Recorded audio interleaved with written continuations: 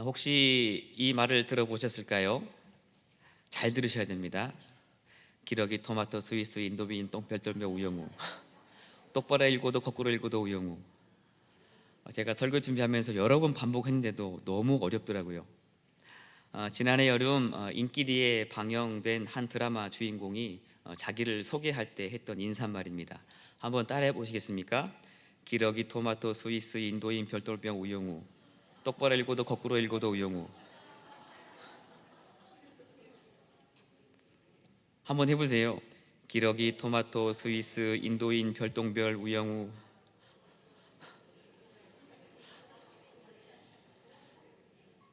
같이 해보실까요? 기러기 토마토 스위스 인도인 별똥별 우영우. 똑바로 읽어도 거꾸로 읽어도 우영우.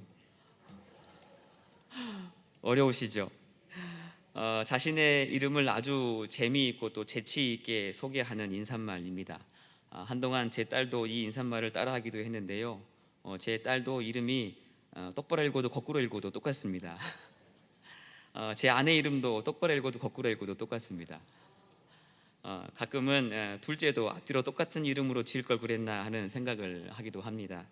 언젠가 한 번은 이름을 바꿀까 라고 물어봤더니 싫다고 하더라고요. 이 드라마의 주인공은 자폐성 장애를 가지고 있습니다.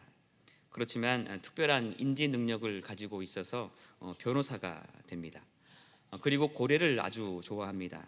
그래서 이 드라마 덕분에 과거 고래로 유명했던 울산이 다시 관광객들로 몰려들기 시작했다고 합니다. 저도 아이들을 데리고 3시간씩 운전을 해서 다녀왔습니다. 아이들이 점점 커가니까요, 활동 영역이 점점 넓어져서 또 운전하는 시간도 그렇게 늘어가고 있습니다. 아빠를 아주 잘 만나서 특혜를 누리고 있는 거죠. 저도 아이들 덕분에 못 가봤던 곳을 많이 가보고 있습니다. 저도 아이들 덕분에 혜택을 많이 보고 있습니다. 이 드라마의 주인공인 우영우에게는 2명의 친한 친구가 있습니다. 한 명은 고등학교 시절에 만난 이름이 동그라미라는 친구입니다. 우영우는 장애로 인해 찐따라고 불리면서 늘 놀림과 괴롭힘을 당하죠. 그래서 괴롭히는 친구들을 피해 언제나 안전한 장소를 찾아다니는데요. 쉬는 시간에는 교무실로 도망치고 점심시간에는 수의실로 도망을 쳐서 시간을 보내다가 옵니다. 하지만 괴롭힘은 교실에서 수업 중에도 멈추지가 않습니다. 하루는 일을 보다 못한 동그라미가 도와주는데요. 그 일로 인해서 우영우는 너랑 있으면 내가 안전해 라고 하면서 동그라미를 졸졸 따라다닙니다. 그렇게 두 사람은 아주 친한 단짝이 됩니다. 또 한 명의 친구는 로스쿨 동기인 최수연이라는 친구입니다. 이 최수연은 우영우에게 매번 밥을 먹었는지 물어보고 또 물병을 못 열고 있으면 지켜보다가 대신 열어주는 친구입니다. 로스쿨 시절에 다른 동기들이 따돌림하지 못하도록 뒤에서 노력하고 또 강의실의 위치를 알려주고 또 바뀐 시험 범위를 친절하게 알려주는 아주 다정한 친구였습니다. 우영우는 이 친구에게 봄날의 햇살이라는 별명을 붙여줍니다. 밝고 따뜻하고 착하고 다정한 사람, 그래서 봄날의 햇살이라고 말하자 친구 최수연은 뜻밖의 말에 놀라움과 또 감동의 반응을 보입니다. 봄날의 햇살이라고 말하는 이 장면을 보면서 이 드라마가 장애를 가진 주인공을 통해서 전하고자 하는 희망의 메시지가 아닌가라는 생각을 하게 되었습니다. 장애를 가지고 편견과 또 차별 속에서 살아가지만 희망을 잃지 않고 존재의 가치를 찾아갈 수 있도록 돕는 조력자와 같은 친구들이 드라마가 끝날 때까지 주인공과 늘 함께 합니다. 이 드라마의 주인공도 마찬가지입니다. 편견과 차별 속에서도 절대 포기하지 않는 모습을 보여주면서 드라마를 보는 모든 사람들에게 희망의 메시지를 던져 주었습니다. 약자를 밟고 일어서려고 하는 냉랭한 지금의 현실에서 우리가 추구해야 할 가치가 아닌가라는 생각을 하게 되었습니다. 이런 봄날의 햇살과 같은 이야기는 성경 속에도 무수히 많이 있습니다. 드라마를 보면서 은혜를 받지 마시고 성경 속의 이야기들을 통해서 은혜를 많이 받으시기를 바랍니다. 이 시간도 그 은혜가 충만하시기를 간절히 소망합니다. 말씀을 통해 은혜를 받고 우리도 봄날의 햇살처럼 그렇게 살아야 하지 않겠습니까? 여러분 모두 봄날의 햇살처럼 희망과 용기를 주는 삶을 살아가시기를 주님의 이름으로 축복합니다. 그러면 오늘 말씀을 통해서 봄날의 햇살처럼 살았던 사람들을 만나보겠습니다. 먼저 베드로입니다. 오순절 성령이 강림하신 이후에 복음 전도가 아주 왕성하게 이루어지기 시작합니다. 사도행전은 베드로와 바울을 중심으로 이루어지는 복음 전도의 이야기입니다. 다른 사도들도 성령의 인도하심을 따라 뿔뿔이 흩어져서 복음을 전했습니다. 베드로는 유대에서 시작해서 사마리아를 지나 오늘 본문에 나오는 룻다와 롯바에까지 이르게 됩니다. 온 사방을 두루 다니며 복음을 전하고 그곳에서 격려하고 위로하고 또 흩어진 성도들을 만나서 사단의 시험에 빠지지 않도록 믿음 위에 굳건히 세우는 일을 합니다. 33절의 말씀을 보면 베드로는 룻다에서 애니아라고 하는 중풍병자를 만나게 됩니다. 베드로는 이 사람이 침상 위에 누워서 움직이지도 못한 채 8년이라는 시간 동안 누워만 있는 것을 보게 됩니다. 이 사람은 게으르다거나 걷고 싶지 않다거나 일하기 싫어서 침상에 누워 있는 것이 아닙니다. 이 사람은 중풍병으로 인해서 일어나지 못하고 침상에 누워만 있는 것이죠. 중풍병은 뇌혈관 질환인 뇌경색이나 또 뇌출혈로 인해서 그 후유증으로 전신이나 몸의 일부가 마비가 되기도 하고 또 언어 장애가 와서 말이 어눌해지기도 합니다. 이런 몸의 변화로 인해서 정상적인 생활이 어렵게 되죠. 말씀에 등장하는 중풍병자처럼 침상에 누워 있기만 해야 합니다. 정신은 멀쩡한데 움직일 수가 없어서 아무것도 하지 못한 채 누워만 있다면 얼마나 괴롭겠습니까? 인간의 능력으로는 도무지 고칠 수 있는 방법은 없고 이렇게 누워만 있다가 죽는 것 외에는 다른 방법이 없습니다. 모든 사람이 전염할 수밖에 없는 그런 상황이죠. 모든 사람들이 단념하고 포기했을 때 베드로는 괴로움에 빠져 있는 이 사람을 그냥 지나치지 않습니다. 베드로가 이렇게 말합니다. 34절에 예수 그리스도께서 너를 낫게 하시니 일어나 제 자리를 정돈하라. 그러자 놀라운 일이 벌어집니다. 8년을 침상에 누워만 있던 중풍병자가 일어나게 됩니다. 중풍병으로 인해서 지칠 대로 지친 몸과 마음과 영혼이 새 힘을 얻고 회복되는 순간입니다. 아무런 희망이 없고 침상에 누워서 살아가던 그 중풍병자에게 희망이 시작되는 순간이죠. 바로 봄날의 햇살이 들이오는 순간입니다. 이제 이 사람은 오랫동안 누워 있어서 더럽고 냄새나는 침상을 정돈할 것입니다. 냄새나는 옷을 벗고 새로운 옷으로 갈아입고서는 앞으로 어떻게 살아갈 것인지 굳은 결심을 하겠죠. 베드로가 복음으로 인해 갖게 된 사랑과 열정이 희망을 잃고 살아가던 사람에게 새 삶을 열어주었습니다. 바로 복음의 능력이죠. 이 일이 있은 후에 베드로는 룻다를 지나서 오늘 본문 말씀에 나오는 욥바에 이르게 됩니다. 이 욥바에는 구제하는 일을 많이 하는 다비다라고 하는 여제자가 살고 있었는데요. 이 여인은 갑자기 병이 들어서 죽게 됩니다. 그런데 욥바의 사람들은 죽은 다비다를 장사하지 않고 다락에 뉘어놓고는 베드로에게 사람을 보내서 지체하지 말고 와달라고 간청을 합니다. 사람이 죽었으면 더운 날씨로 인해서 위생 문제도 있기 때문에 향유를 바르거나 빨리 장사를 치러야 합니다. 그런데 욥바의 사람들은 다비다의 몸을 씻어서 다락에 뉘어놓고는 베드로를 부르는 것이죠. 그들이 베드로를 부르는 것은 무슨 이유일까요? 베드로에게 장례를 주관해달라고 부탁하기 위해서일까요?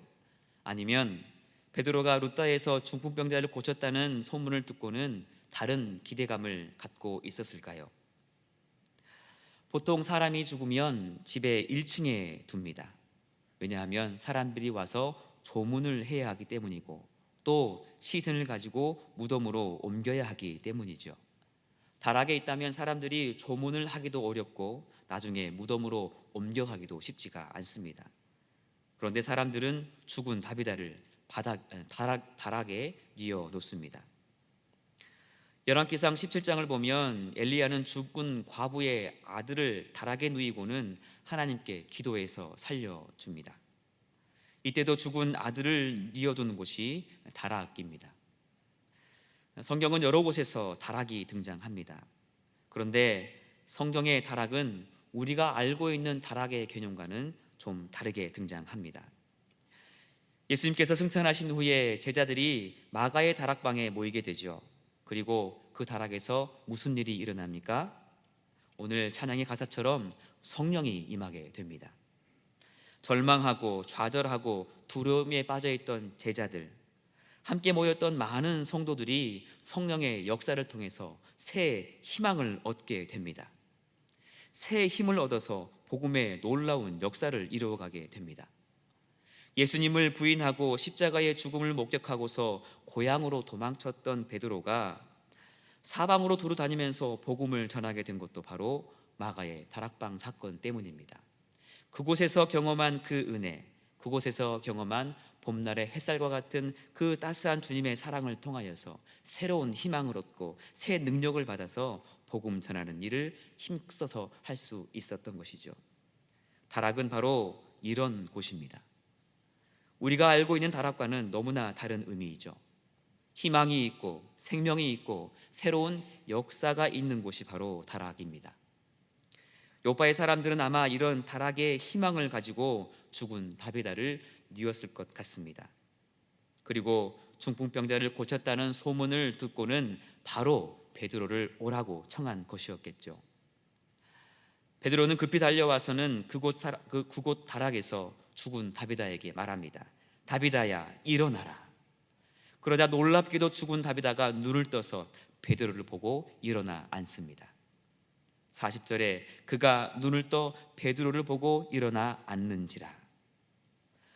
죽은 다비다의 죽음으로 슬퍼하고 있던 사람들에게 봄날의 햇살이 비치는 순간입니다. 베드로는 이렇게 주님이 주신 능력으로 절망에 빠져있는 사람들에게 복음을 통해 희망을 전하고 있습니다. 아무것도 기대할 수 없는 슬픔과 절망에 빠져있는 사람들에게는 봄날의 햇살과 같은 바로 그런 순간이죠. 복음으로 구원을 받은 우리는 베드로처럼 이렇게 살아야 하지 않겠습니까? 은과 금은 내게 없지만 예수님의 그 이름이 놀랍게 역사하도록 복음을 전해야 하지 않겠습니까? 이 복음은 봄날의 따스한 햇살처럼 사람들에게 생명을 주고 희망을 주고 새 힘을 더할 것입니다. 베드로도 모든 것을 포기한 채 고향에서 절망으로 그물을 던지고 있을 그때에 부활하신 주님께서 찾아오셔서 모닥불 사이를 두고 앉으셔서 베드로를 다시 일으켜 세워주셨습니다. 바로 주님께서 베드로에게 봄날의 햇살처럼 다가오셔서 새 힘을 주시고 새 희망을 주신 것이죠. 여러분은 지금 서 계신 곳은 어떤 곳입니까? 여러분이 있는 그곳은 어떤 곳이고 여러분 그곳에서 어떤 모습으로 누워 있습니까? 우리 주님께서 봄날의 햇살처럼 그곳에 다가와 계십니다. 두 번째로 다비다라는 여제자입니다. 다비다는 앞에서 언급했듯이 죽었다가 다시 살아난 여인입니다. 사람이 죽었을 때 보통 세 가지의 반응이 있습니다. 아주 잘 죽었다, 죽을 사람이 죽었다, 그리고 죽어서는 안 될 사람이 죽었다. 일제 강점기 때 깡패로 방탕한 삶을 살았던 김익두 목사님은 예수님을 믿고 새 사람이 된 후에 사람들에게 부고장을 돌렸습니다. 김익두가 죽었다. 그러니까 사람들이 한결같이 그놈 잘 죽었다, 이제 마음 놓고 장을 볼 수 있겠구나 라고 했다는 겁니다. 얼마나 못된 짓을 많이 했으면 그놈 잘 죽었다라고 했겠습니까? 만약 실제로 이런 죽음을 맞이한다면 얼마나 비참한 죽음이겠습니까? 정말 가치 없는 죽음일 것입니다. 다음으로 술을 다 누리고 살 만큼 산 사람이 죽었을 때는 죽을 사람이 죽었다라는 반응을 보입니다. 흔히 이런 죽음을 호상이라고 하지요. 그러나 우리의 마음을 안타깝게 하는 죽음이 있습니다. 바로 죽어서는 안 될 사람이 죽는 것입니다. 1912년에 32살의 나이로 조선에 들어와 광주 기독병원에서 22년 동안 간호사로 일한 서서평 선교사가 있습니다. 우리나라가 너무나 가난하던 시절, 그때 당시 선교사에게 주어진 하루 식비는 3원. 그런데 서서평 선교사는 10전으로 허기를 채우고 나머지는 어려운 사람들을 위해 썼습니다. 거린들을 데려다가 씻기고 옷을 사 입히는가 하면 버려진 아이들을 데려다가 양딸로 양아들로 삼아서 키웠습니다. 그녀는 당시 이름도 없는 큰년이, 작은년이, 개똥어멈, 부엌대기 이렇게만 불리던 조선의 여자들에게 일일이 이름을 지어서 불러주면서 자존감을 살려주었습니다. 삶의 희망을 주었죠. 그리고 자신이 세운 이일학교 여학생들과 함께 농어촌을 찾아가서 매년 4만 명의 여인들을 교육시켰습니다. 그렇게 살았던 서서평 선교사는 결국 자신을 돌보지 않아 몸이 약해질 대로 약해져서 만성 풍토병과 또 과로와 영양실조로 54살의 나이로 세상을 떠나 하나님의 품으로 돌아갔습니다. 그녀가 남긴 것은 담요 반장, 동전 7개, 강냉이 가루 2컵 뿐이었습니다. 거적대기를 덮고 자는 사람에게 담요 반쪽을 찢어주고는 남은 반쪽으로 가냘픈 몸을 가린 것이 그녀의 마지막 모습이었습니다. 그녀의 시신도 의학연구용으로 기증하고는 그녀의 전부를 조선을 위해 다 주고 떠난 셈입니다. 서서평 선교사의 장례식은 광주시 최초로 광주 시민사회장으로 12일 동안이나 거행되었습니다. 장례식에는 수많은 나병 환자와 거린들이 상여를 메고 뒤따르면서 어머니, 어머니를 외치면서 애도했습니다. 당시 동아일보는 자선과 교육 사업에 일생을 바친 빈민의 어머니 서서평 여사 서거라는 제목으로 재생한 예수의 순교라며 대서 특필을 했습니다.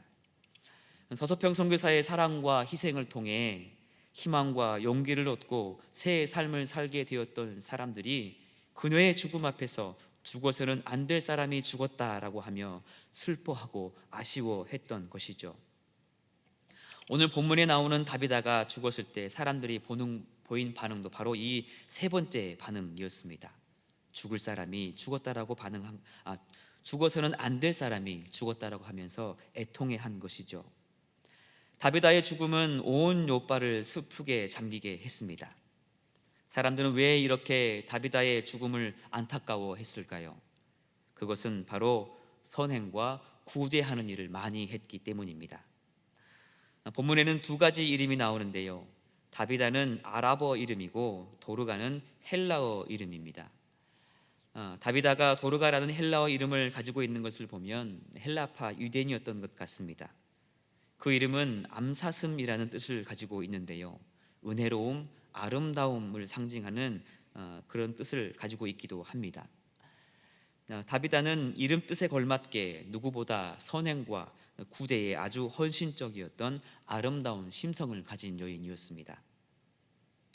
여기서 선행과 구제란 오늘 본문에 보면 가난한 과부들을 향한 선행과 구제인 것을 알 수 있습니다. 그래서 39절을 보면 베드로가 일어나 그들과 함께 가서 이르매 그들이 데리고 다락방에 올라가니 모든 과부가 베드로 곁에 서서 울며 도르가가 그들과 함께 있을 때에 지은 속옷과 겉옷을 다 내어 보이거늘이라고 말씀하죠. 다비다가 죽자 모든 과부가 베드로 곁에 서서 울면서 도르가라고 하는 다비다가 그들과 함께 있을 때에 지은 속옷과 겉옷을 내어 보여줍니다. 다비다가 살아있을 때 지은 속옷과 겉옷은 가난한 과부들을 향한 다비다의 사랑이었고 다비다의 희생의 마음이었습니다. 그래서 그가 죽자 그에게 은혜를 입었던 모든 과부들이 그가 준 속옷과 겉옷을 보여주면서 울고 있는 것이죠. 오늘 본문을 보면 다비다는 정말 하나님의 영광을 위해 일생을 살았다는 것을 알 수가 있습니다. 그의 삶을 보면 그녀가 부유하게 잘 살았다는 말은 없습니다. 그러나 가진 것은 없었지만 최선을 다해 하나님의 영광을 크게 드러냈고 또 많은 사람들을 주님께로 인도하는 큰 일을 감당했습니다. 적당한 구제와 적당한 선행에 신용을 한 것이 아니라 아주 헌신적인 태도로 최선을 다해 구제와 선행을 베풀었습니다. 당시 결코 인정받지 못한 여인들의 삶, 더욱이 약자로 소외받았던 과부들의 삶을 돌보고 필요를 채워주는 것이 결코 쉬운 일이 아니었을 테지만, 다비다의 최선을 다한 선행과 구제는 차별과 고통 속에 살았던 과부들에게 마치 봄날의 햇살과 같았을 것입니다. 섬김과 사랑으로 베푼 선행과 구제는 차별과 절망 속에서 살아가는 여인들과 과부들에게 희망을 주고 용기를 주기에 충분했을 것입니다. 다비다는 이런 삶을 통해, 희망을 주고 용기를 주는 이런 삶을 통해 여인들과 과부들에게 봄날의 햇살과 같은 삶을 살았습니다. 사랑하는 여러분, 복음은 죽음 앞에서도 다시 살아날 수 있다는 희망을 품게 합니다. 복음은 사랑과 섬김으로 기꺼이 구제하고 선행을 베풀게 합니다. 그 가운데서 또 다른 생명의 희망이 피어나게 되고 선행과 구제가 이어지게 되죠. 그 시작이 무엇입니까? 바로 봄날의 햇살처럼 우리의 삶에 비춰오는 주님의 은총입니다. 우리는 봄날의 햇살처럼 비춰오는 주님의 은총으로 새 생명을 얻었고 새 희망을 가지고 살게 되었습니다. 만약 지금의 삶이 절망과 좌절 가운데 있다면 주님 앞으로 나아가시기를 바랍니다. 봄날의 햇살처럼 비춰오는 주님의 밝은 빛이 여러분의 삶에 새 생명과 새 희망을 주실 것입니다. 그래서 주님의 빛 가운데 거하는 우리들은 이제 주님처럼 절망과 좌절 가운데서 용기를 잃고 살아가는 사람들에게 봄날의 햇살과 같은 사람이 되어야 합니다. 우리는 이런 삶을 살아야 합니다. 왜냐하면 주님이 우리에게 그렇게 하셨기 때문입니다. 우리 주님이 절망 가운데, 어둠 가운데, 죽음 가운데 허덕이는 우리에게 찾아오셔서 봄날의 햇살처럼 밝은 빛을 비추심으로 우리에게 새 생명을 주셨고, 우리에게 새 힘을 주셨고, 우리에게 새 희망을 주셨기 때문에 우리가 이렇게 주님의 이름을 부르며 예배하는 것 아니겠습니까? 주님의 따스한 봄날의 햇살 가운데 있는 우리들은 이제 이 생명의 빛을, 이 희망의 빛을, 이 소망의 빛을 세상에 비추어야 합니다. 절망 속에 살고 있는 사람들, 고통 속에 헤매고 있는 사람들, 생명을 잃고 좌절하여 있는 사람들에게 따스한 봄날의 햇살처럼 다가가야 합니다. 그 가운데서 주님의 사랑으로, 주님의 그 은혜로 서로 사랑하고 서로 나누고 구제하며 살아가는 삶이 우리의 삶이 되어야 할 줄로 믿습니다. 오늘 말씀 속에 베드로와 도로가도 마찬가지입니다.